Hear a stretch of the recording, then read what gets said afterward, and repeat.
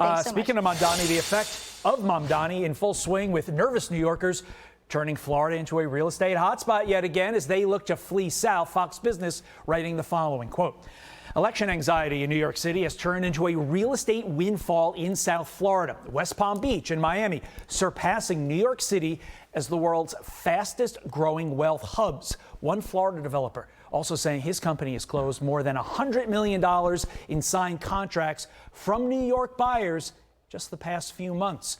Real estate experts Dolly and Jenny Lenz join me now. Hello, Dolly. Hello, Jenny, as well. Good morning. Dolly, what are your clients telling you following Mamdani's big win? Well, certainly Wall Street got the message, right? Because they're all leaving in droves, building lots of buildings in Dallas. They've been building in Tennessee, building in Florida. So the business people have gotten the message and are implementing action plans to counter it. Individuals have less choice. You know, they have to have a job where they work where they work, and they have to stay in New York, perhaps. They can't just move to Florida. Right. They don't have a job there. Jamie Dimon says you have to be in the office 5 days a week. You're in the office 5 days a week. The other Fortune 100 companies, you have to be in the office on average 4 days a week. So you can't really just up and move like you could over COVID. But people are moving to Florida in droves. They are moving to Texas, where there's opportunity.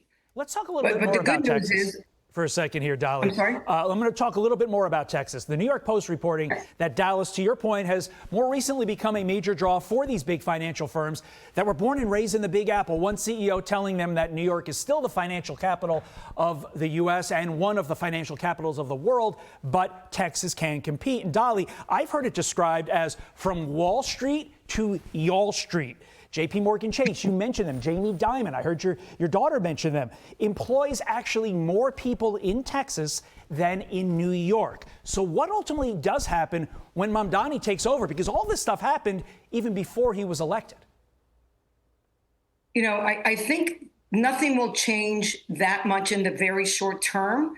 But in the long term, since everyone's getting the message now, they're going to be looking even further into places like Dallas, you know, to relocate their firms and to set up shop.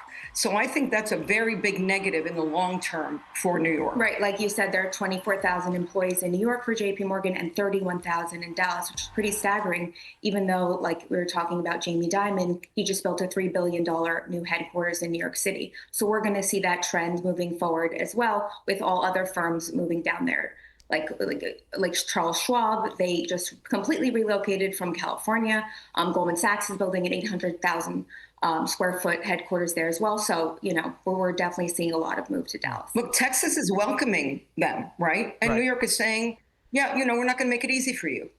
Let's talk about the OG of relocation. We're talking about Florida. And I've been talking to a lot of realtors over the course of, you know, the last couple of years. And it seemed like the beginning of this year, Florida slowed. Florida's slow to a crawl because of high taxes and high insurance. But I'm getting the sense that over the last few months, that Florida is once again returning to boomtown because of Mamdani. You're in the trenches too, ladies. What are you seeing? Right. Steve Ross has made the $10 billion investment in West Palm Beach. So many of the people that leased in his Hudson Yards development moved down already to West Palm Beach, and we're only going to see that accelerate. And yeah, Florida's booming. Yeah, and Hudson Yards is actually gorgeous. Like, it's really nice over there. So if you're leaving Hudson Yards, which is new and nice, to go to Florida, that's telling you you are really concerned about the political climate if you're making a move like that. Real estate experts Dolly and Jenny Lenz. Thank you, ladies. Have a great day. Thank you. I'm Steve Doocy. I'm Brian Kilmeade. And I'm Ainsley Earhart. And click here to subscribe to the Fox News YouTube page to catch our hottest interviews and most compelling analysis.